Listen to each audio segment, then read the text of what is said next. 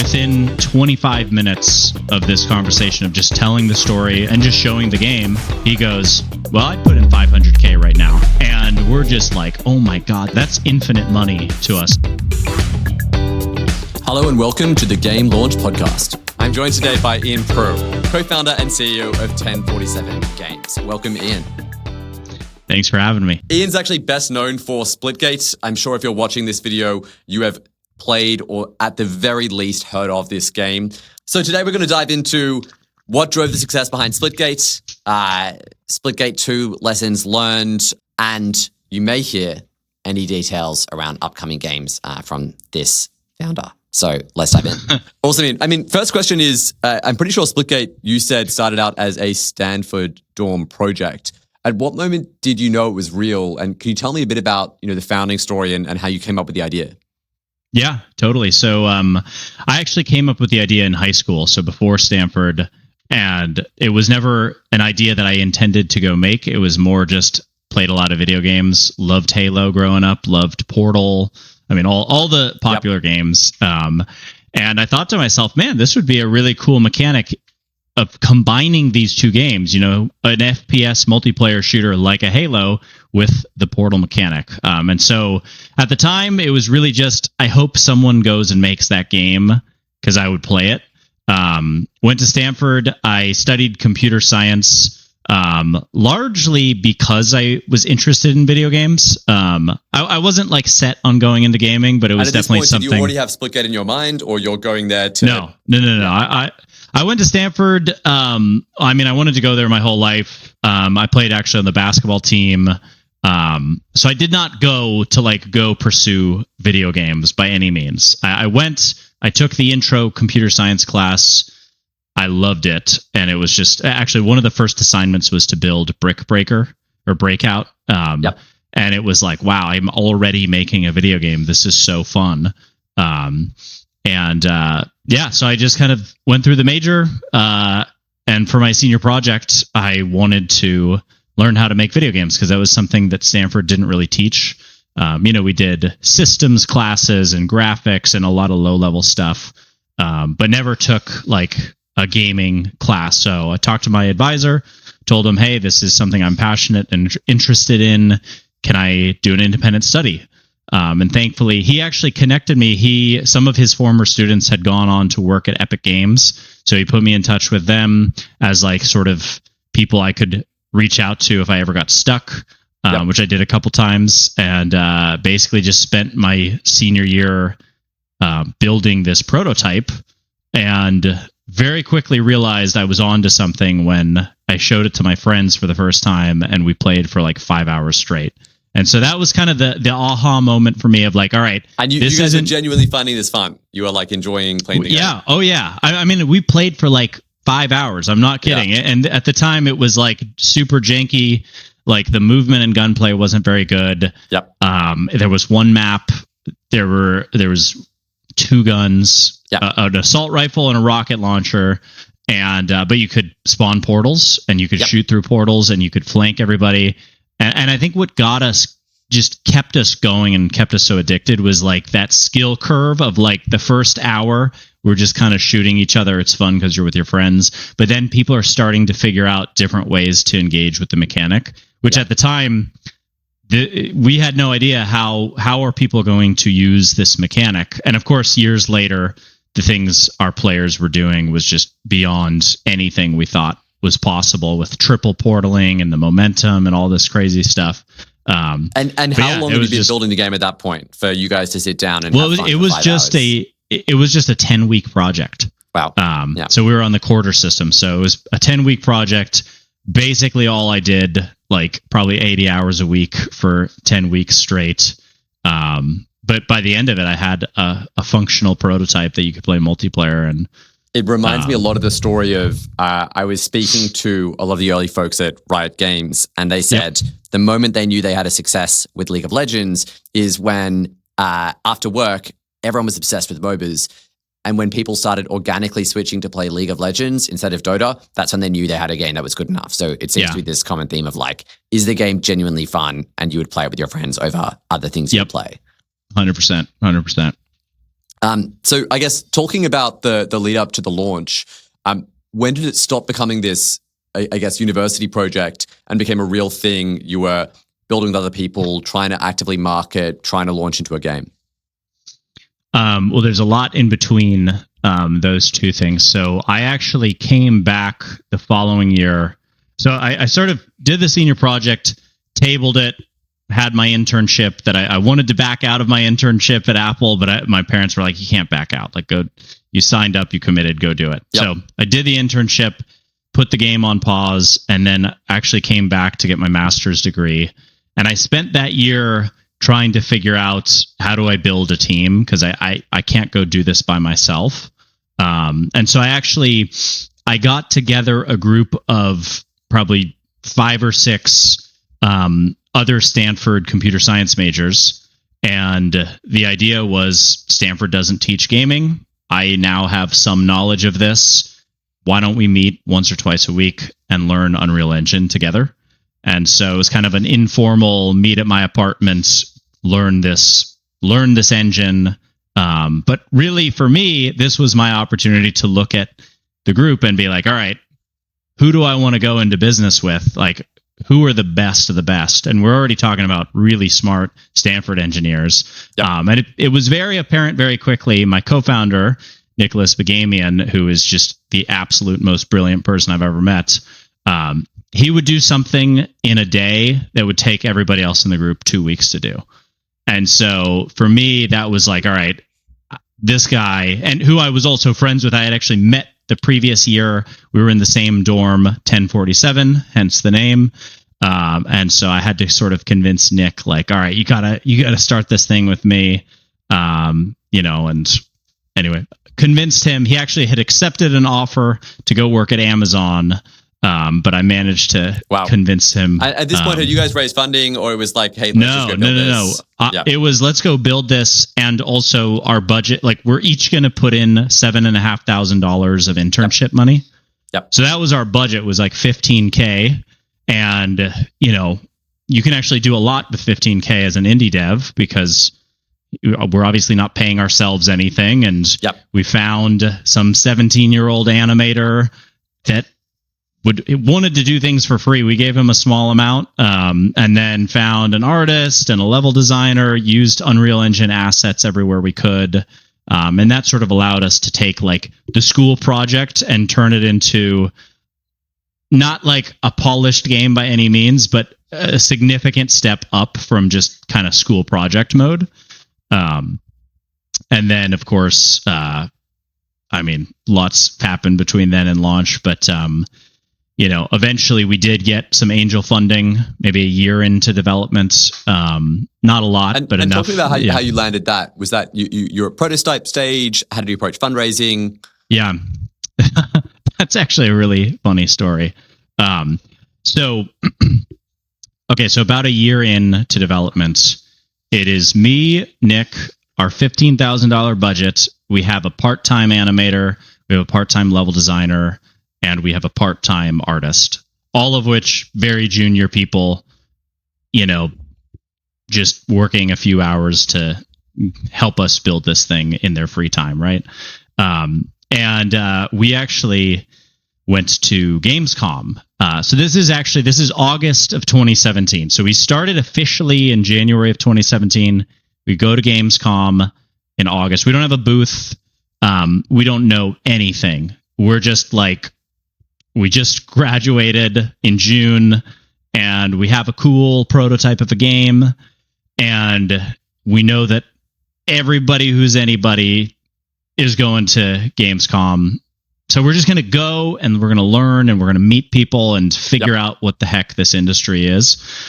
So we went, had a ton of meetings at DevCom the first couple days. Just so many parts go into this that we had no idea, talking to localization companies, QA companies, animation, so you're speaking to publishers, vendors, not investors at this point. No, we're talking to everybody. Like, the nice thing about being called 1047 Games is we are alphabetically first in every single company list ever. Yes. So we're on this list, and I got just dozens of meeting requests. Wow. Because random companies, or a website list for the conference? They had like a meet to match website, and where you could request meetings with other companies that were at Gamescom. We're first on that list. So every time anyone goes to be like, all right, let's see who's here. Oh, 1047 Games. Haven't heard of them. Oh, making a game that's kind of like Halo and Portal. Yep. That's kind of interesting. I'll request a meeting with them. So, and we said yes to every single meeting, and our schedules were totally booked. So we didn't have an agenda. It was really just meet everybody we possibly can. So some of those conversations were with publishers. And I remember at the time, we actually ended up landing a meeting with Bandai Namco, and they asked us, like, how much are we looking for?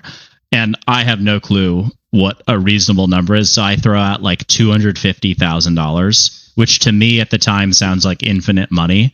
And the guy is literally like, you should probably ask for a little bit more, like if you want to have this conversation, because, Bandai Namco is doing, tens of millions of dollars even in their small projects, right? It's nothing that small. So, but anyway, so we learned a lot quickly.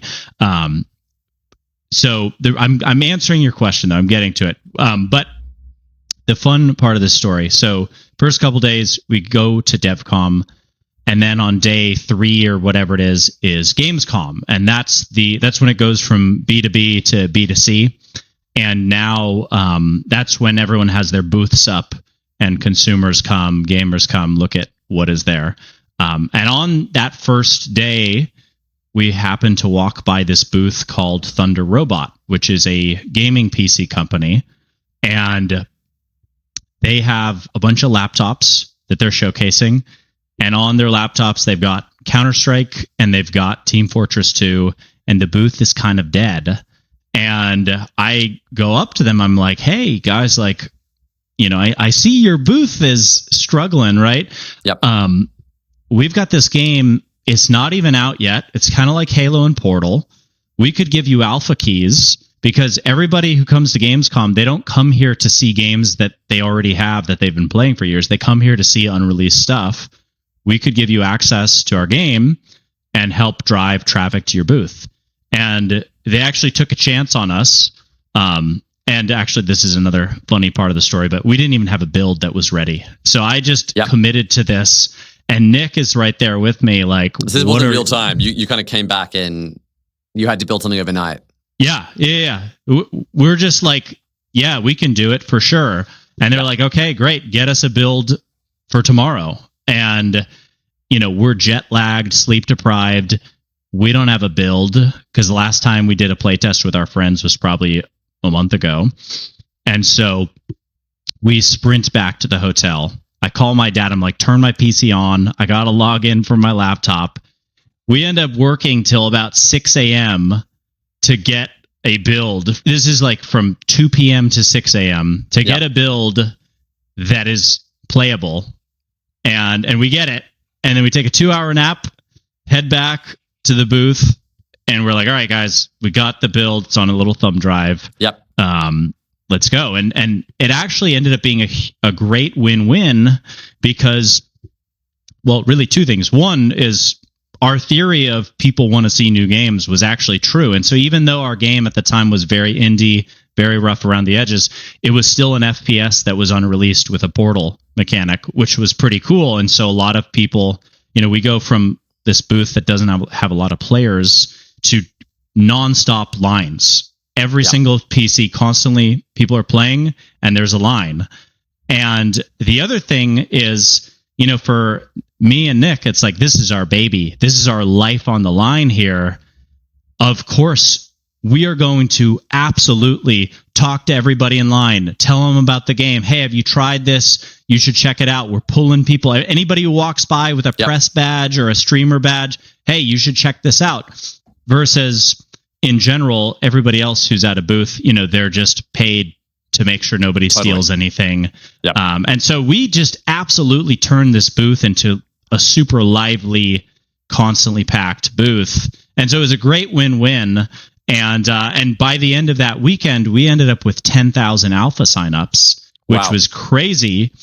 And we got a bunch of random articles from press, none of the big ones like IGN, but random gaming press writing good things because the game how was critical fun. was this, do you think, to then Super critical. Growth? Yeah. This is the reason we got funding because, the first time we met with investors, I just told them this story. And I also was able to show some traction of like, look, we have 10,000 alpha signups. Here's like 5 articles from gaming journalists saying good things. Here's a handful of YouTube videos of, nobody crazy big, but a few people with 50,000 followers that are saying, hey, this is really cool. This is really fun. Having a genuinely good time. And all of a sudden you can paint a picture and start to see how like, okay, this is actually a unique thing. It's definitely fun. And I think the thing that our angel investors really liked was just like, wow, these are just scrappy, smart founders that are just doing what it takes to get growth. Like they're going to just figure it out. And so that I think was the story. And there were a couple other stories like that we did that helped get us, just clever growth hacky things. But I think that was the big one that stuck with the first investors that we spoke with. How soon after that was your first either publisher or investment? So I literally, okay, so here's the story of the investment. This was a friend of a friend knew somebody. And that person was a gaming investor. Yep. And so we connect. We're like, yeah, okay, well, we'll meet with this guy. And I remember it's funny because Nick, my co-founder, was like, why are we even taking this meeting? Nobody's going to give us funding. I want to get back to coding. This is a waste of time. Yep. And I'm like, well, let's just hear him out. Let's just see, right? We don't know. Anyway, we have this conversation. Within 25 minutes of this conversation of just telling the story and one other kind of similar story, and just showing the game of like, yeah, this is what we built in the last 11 months. He goes, well, I'd put in 500K right now. And we're just like, oh my God, that's like I said, that's infinite money to us at the time. And all of a sudden we go from like, all right, like we did this with a $15,000 budget. Yep. Bootstrapping. Okay, what could we do with $500,000? Oh my God, we could make the next Halo. Like, not exactly, but like that was where our heads were at. And then we ended up. Talk me through tactically, because this is super helpful, I guess, advice or example. You get this offer from this guy. How do you translate that into a closed round? Do you bring other people in? This is probably your first time raising. Talk me through that. Well, that just really changed my perspective. I think at the time, this is like end of 2017, early 20, or I guess it was like January of 2018 or something. Yep. My perspective, kind of similar to Nick, was nobody will give a gaming company funding. Because at the time, there wasn't really any VC money in games, mobile games a little bit. But it was such a hit-driven business that it didn't really make sense. But that just sort of changed my perspective, because that got me thinking like, maybe this isn't as hard as I thought. Maybe I should try and at least have some conversations. And so we talked to a bunch of other angel investors, and it was, that was the easiest one. It was never that easy again. But we talked to some other angel investors that he put us in touch with. There was a VC that I had known from a mutual friend. So it was just kind of like a lot of scrappy. A lot of these are warm introductions. Warm introductions. People. Getting a 25,000 or a 50,000 check here and there. To get something a little bit more than that. So. Awesome. And that allowed us to get the team to about 15 people. Enough to continue development. And then talk me through, so you've raised this money. How far away is the launch in your eyes at this point? And talk me through the next journey of, I guess, starting to build. Are you on Steam at this point in wish lists?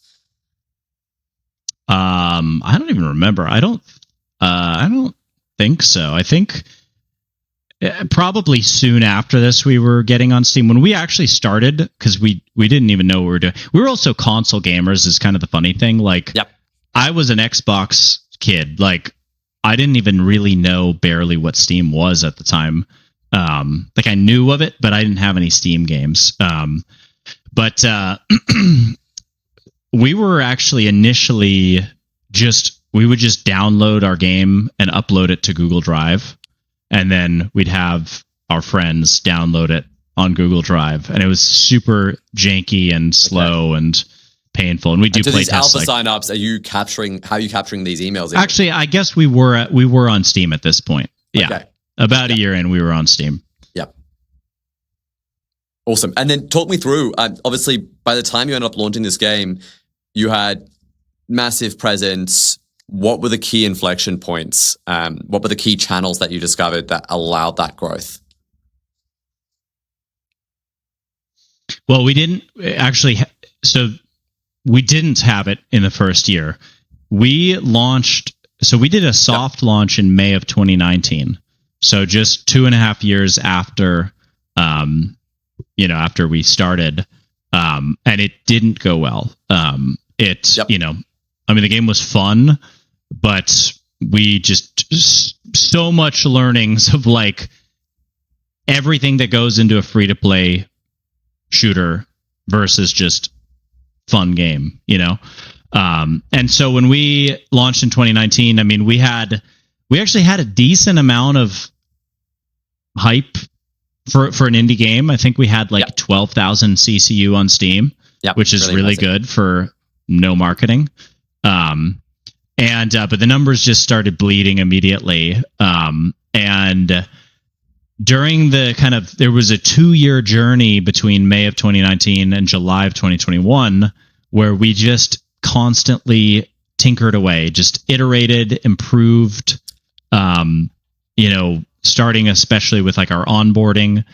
Okay, one of the first things we realized is everybody loses their first game and then they quit. Okay, can we get them to win their first game? Well, why don't we do a tutorial and teach them how to actually play? All right, well, what if we added bot games so that everyone has an introduction of all right, cool, I'm not getting destroyed. I can shoot stuff and get some kills. And, so there's a lot of things we did, added challenges, a battle pass, a progression system, all these things that are really important. We added to the game, and by over those 2 years, we had actually managed to triple our retention from what we had started at. Our Steam reviews had gone from 67 in May of 2019 to 95% positive. And so at that point, it was all right, we actually have a really good game. And what are you that's measuring? Really well optimized. Iterating based on intuition? Are you looking at retention rates? Are you looking at Steam reviews? What are the core things? Right. Yeah. Retention and Steam reviews, I think, were the main things for us at the time. And we would dive deeper to be all right, what modes are people quitting on? What maps are people quitting on? How likely are they to requeue and play a second game? If you had to stack rank the most impactful changes you made at that time, how long go is back? Yeah. What do you think had the biggest changes for the relative effort? I would say number one change by far was having your first game be against bots. It's crazy. Just doing that alone was massive improvement. I'm pretty sure in Call of Duty I'm still playing against bots. They think I'm that bad. They're the only guy where this guy has a good experience. Yeah. Yeah, maybe. Cool. And then at the end of this process, you've got great Steam reviews. Are you now, how are you thinking about the launch? You've stayed in beta this whole time. How are you thinking about marketing and driving towards, the big release? Well, we had sort of just built up a small but passionate community. And I think that's super important. You have to, the only way that your thing is going to grow, unless you have Call of Duty money, is you have to have a loyal fan base that is, they know that you're giving them what they want, and they're going to reward you in return by telling their friends and posting about it. And so we had kind of built that up for 2 years of, even though the numbers were small, we just had a dedicated community And so to get where there tactical, was, that community, you know, how is that growing? How are they pent-up hearing about demand. the game? Yeah. Were you aware of these channels? Were you tracking these channels? Well, everything we were doing was pushing people to our Discord. And, you know, we had feedback channels. So a lot of the just features that were determining what went into the game was based on what are the things that we're seeing. We talked to our community a lot. Yeah, I mean, just doing that for 2 years. And then I think there was also enough people that were wanting this kind of game, but were on console. And so it wasn't a ton, but it was enough to kind of light that spark when we did come to console. And then at that point, the algorithms kind of took over. The Steam algorithms and also Xbox and PlayStation of just like, okay, like we had on day one of our launch in July of 2021, when we came to PlayStation, Xbox, we had about, I want to say like, I think we had like 2,000 concurrents across all three platforms. So maybe 800 on Steam or something. But the game was really good at that point, and that small group of 2,000 CCU were just having a blast, telling their friends. We had the onboarding dialed in. We had our refer a friend system, which was really effective, dialed in, so people were incentivized. I mean, obviously, they wanted to refer their friends because they're having a good time, but also they were rewarded for doing it, so they're thinking about it. Those are easy things to say were success drivers, but it all comes down to like the detail on them. How did this referral system work? How did you make sure it was actually driving results? Many people do these and like they end up with a K factor of like barely more than 0. Yeah. I think, and actually I'll say with our Splitgate Arena Reloaded, with that, we kind of screwed up the refer a friend, and then we fixed it pretty quickly. But we way overcomplicated it. And so I'll say the reason I think Splitgate 1's refer a friend system worked really well was it was just very, very simple. You didn't have to think about it. It was just like, here's my code, type it in. All right, Robbie, play this game. The first thing when you launch, it's going to say who referred you. Type in their code. So this is in the downloaded game. And if you do that, in the downloaded game, it was the first thing you saw is who referred you. Type in their code, and if I type it in, I get $1 worth of in-game currency immediately. So I'm incentivized to actually go be like, yeah, what was your code again? And I don't remember the exact rewards, but there was kind of a referral pass. So it's basically visually and UI wise, it was just a battle pass, but the only way to level it up was how well promoted was this internally? And that was it. To actually share to their friends. Was this like front and center? Was this like, how did you think about enrolling people in referring? Well, we didn't like promote it a ton in terms of like, we weren't tweeting a bunch about it. I'm sure we did, but it was really just every single person who ever played the game. That was the first thing they saw.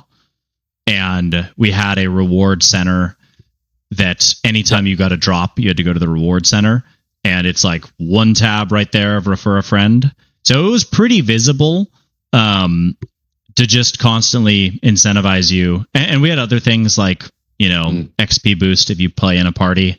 But that was it. The one thing I will say that didn't work well is one mistake we made. So we would give you up to 10 items, and then we would also give you, I think, 50 cents or maybe $1 of in-game currency for every friend referred. The problem with that worked really well for most people, but for content creators, they would put out their code, which was great at launch, and then they'd have 5,000 referrals. And now what we've effectively done, we've given them unlimited money. And the problem with that is, we know retention is much better if you spend money. And so if I'm a user, if I spend $1, I am way more likely to keep playing this game long term because I'm invested in it.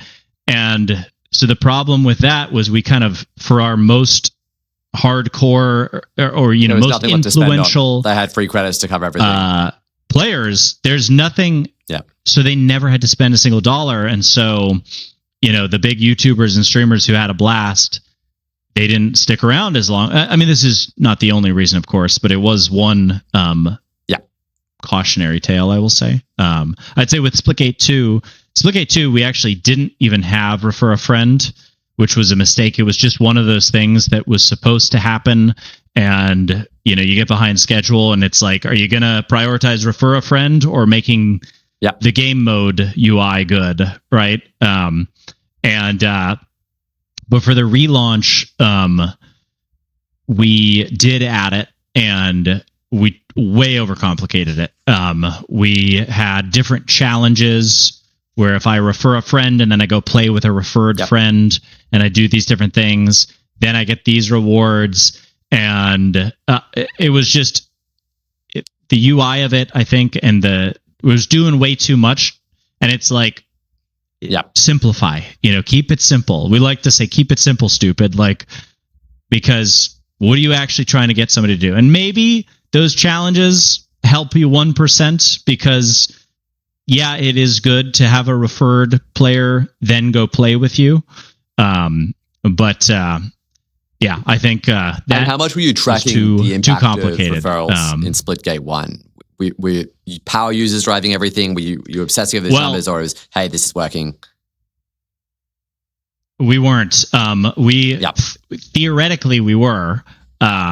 We tried to, but one of the funny things that happened with Splitgate 1, we had a lot of server issues, and so our entire data pipeline it was blown up, and so we were kind of flying blind there for a little bit. A good problem to have at that scale. Cool. And then I guess looking back, how would you say, would you have done anything differently on the marketing side? Were there things that you expected to work that didn't end up working? Were there things that you didn't expect to work that had massive impact?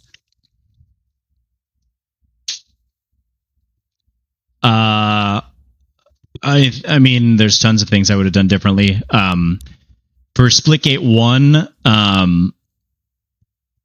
I don't know what I would have done differently. I mean, it's easy to say I would have had more post-launch things lined up and paid more attention to that, but I didn't really have the resources or tech to do that. So I would have liked to have done that. I don't know. I guess actually one thing I would have done differently, I probably would not have gone free to play. I probably would have done an early access $15, $20 game. And then you can always switch to free to play later. Big call to make.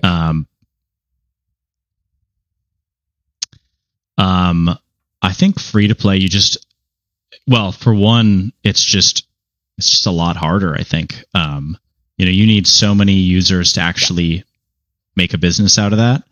And to keep that business going, you're going to get a lot of users who are coming in and they don't have any they don't expect to ever spend money.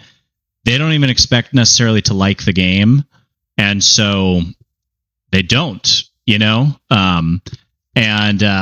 I think with a premium game, it just simplifies things. It's just like, hey, we made a great game. Put money into it if you want to play it. And you don't have to worry about all this other stuff. It just kind of simplifies the problem. Content, etc. How? And then you end up with players who are coming in with the expectation to like the game and play it long term. And how would you think about advising a PC console game today who's thinking about the distinction between free to play and premium on that decision?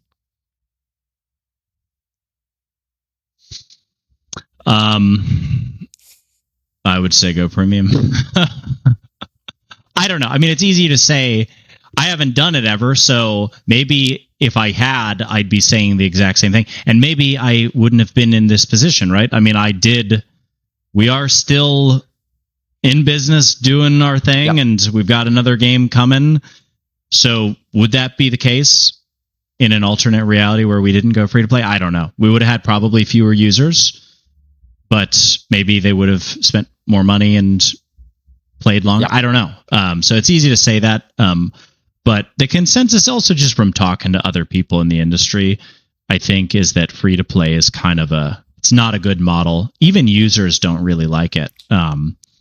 A lot, at least. One thing I wanted to come back to. So I don't like it as a player. I would much rather. I've never spent $1 on a free to play game.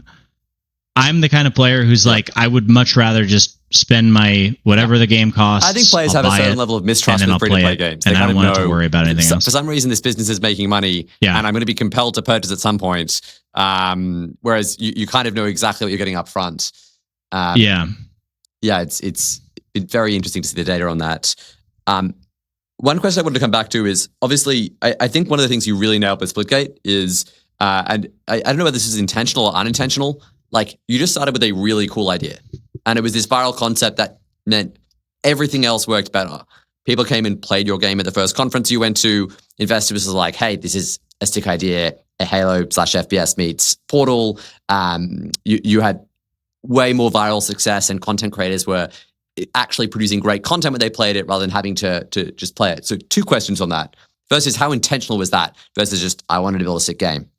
And second, how did you approach creating successful organic content? Because I remember, especially around launch, Splitgate was everywhere in terms of people playing it. Were you paying these guys? Was it all through the referral system? So 2 questions there.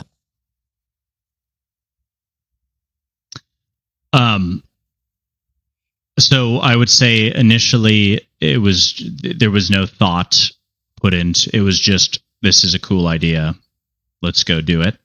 And then it kind of just became more Halo-like as we went, and less just because like the first version, it wasn't Halo meets Portal. It was just generic shooting game with a portal gun.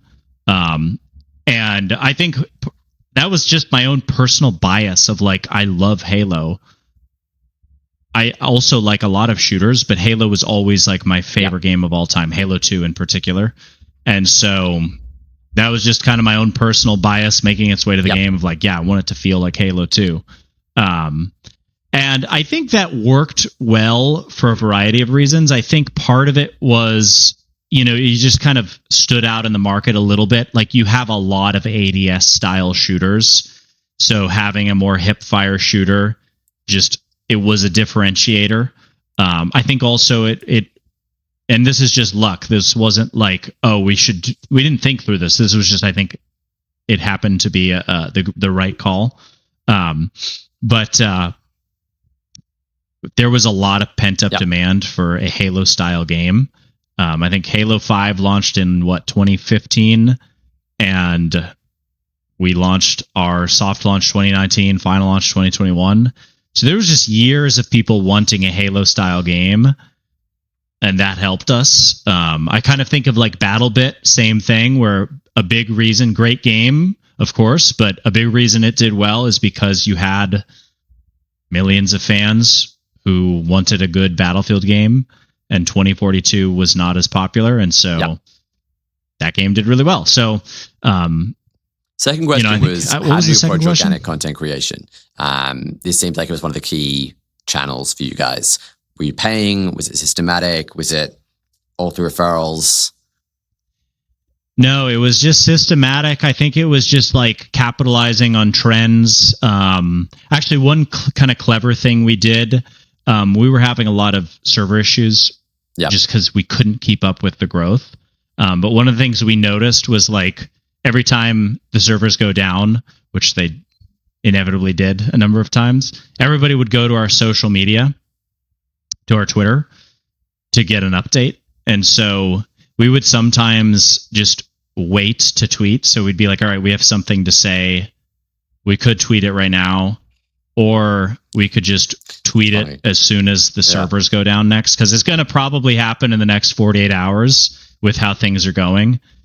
And that worked really well because servers would go down, everybody would go to Twitter, we would post our tweets, And then there's tons of people there to go like and comment and retweet.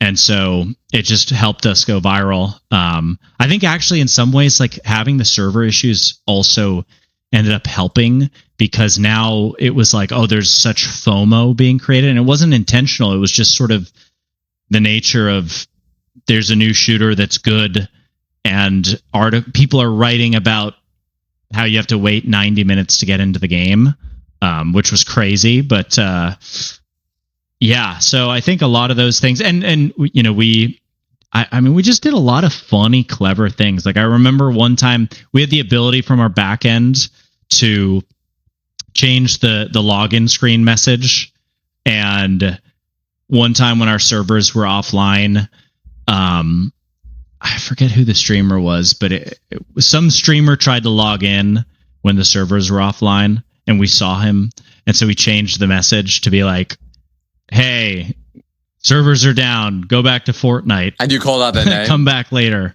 And like that. Yeah. We're like, hey, Ninja. It wasn't Ninja, but you know, whatever. Hey, streamer name. And so, you know, just kind of having fun with it. When we're off camera was a waste of every dollar. Do you want to talk a bit more about that? The experiments you ran, failures, successes, learning?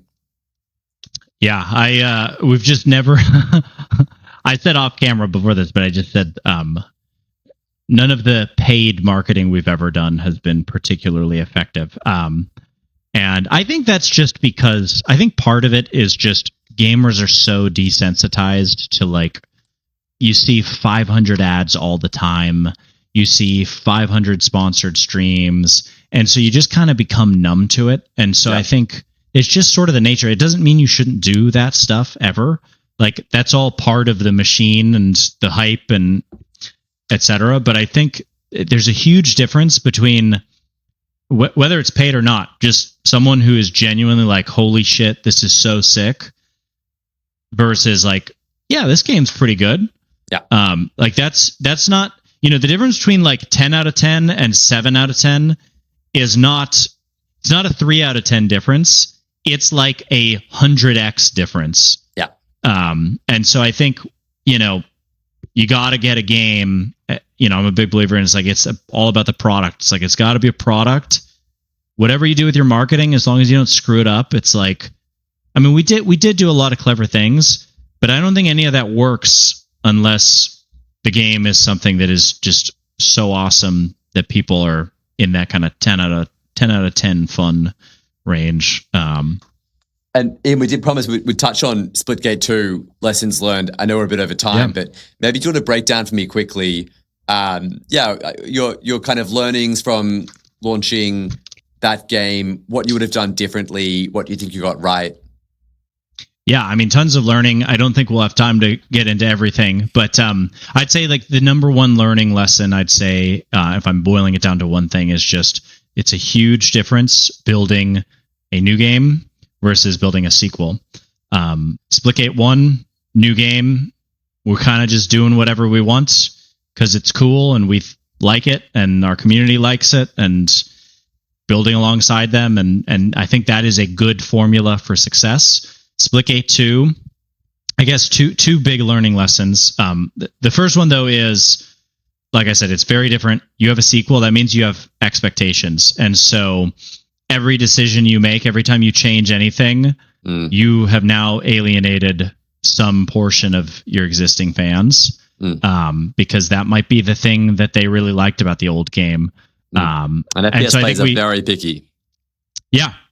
So I think that was a big learning lesson. I think we sort of honestly kind of just we just kind of assumed people are going to like it because we like it and it's fun and it's still a Portal shooter. And I think we just made too many changes that I wouldn't say were drastic changes. Like, we added classes and abilities, but the game was still 90% about gunplay and movement and portals, just like it always was.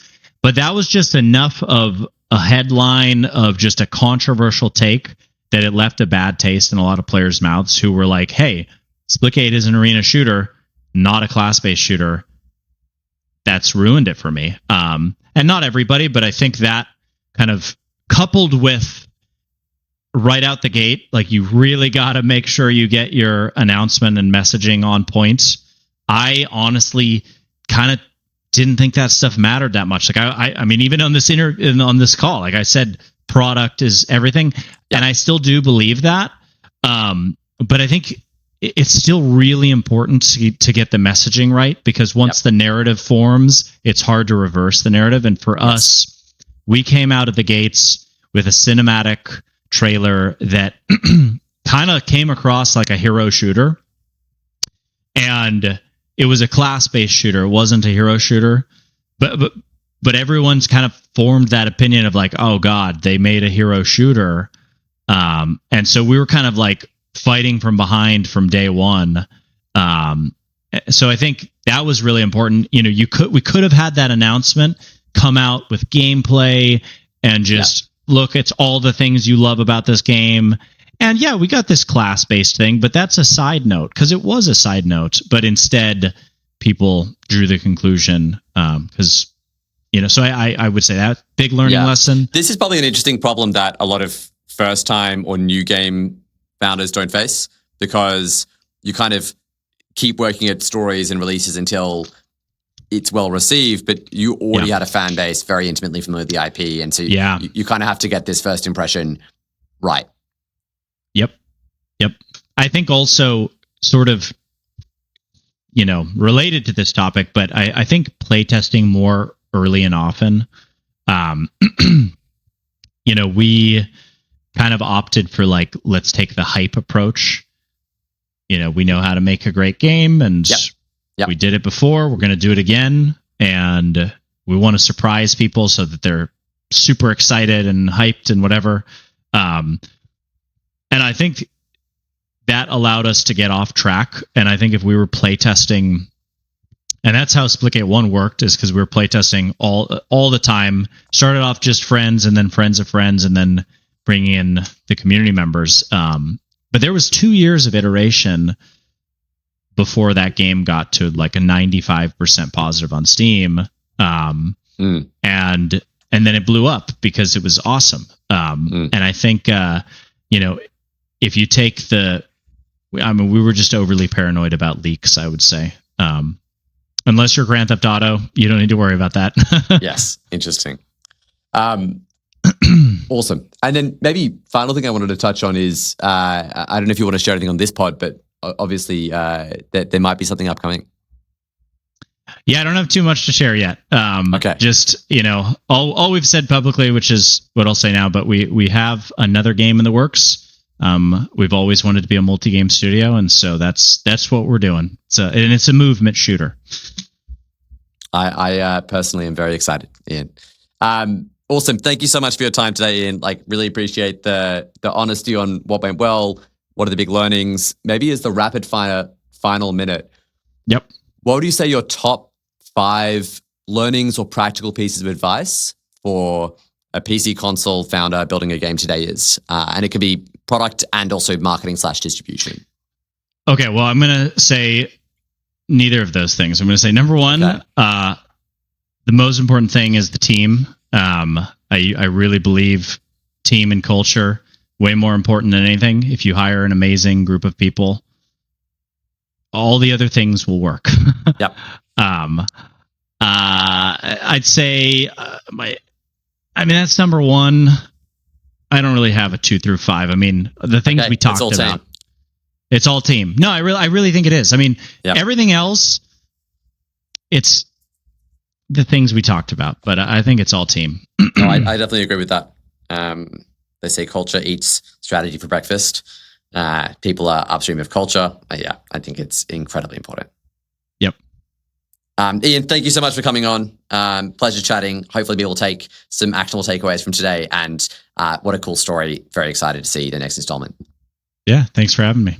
Thank you so much for listening to the second episode of the Game Launch Podcast. I hope you found it helpful. We're just getting started, so if you found this useful, please subscribe or leave a quick review. It helps more founders and game teams find this show. For a short tactical summary from this episode, plus a deeper dive on clip-first distribution, chuck me a message on LinkedIn, Robbie Ferguson, or check the link in the show notes. Thank you, and see you next episode.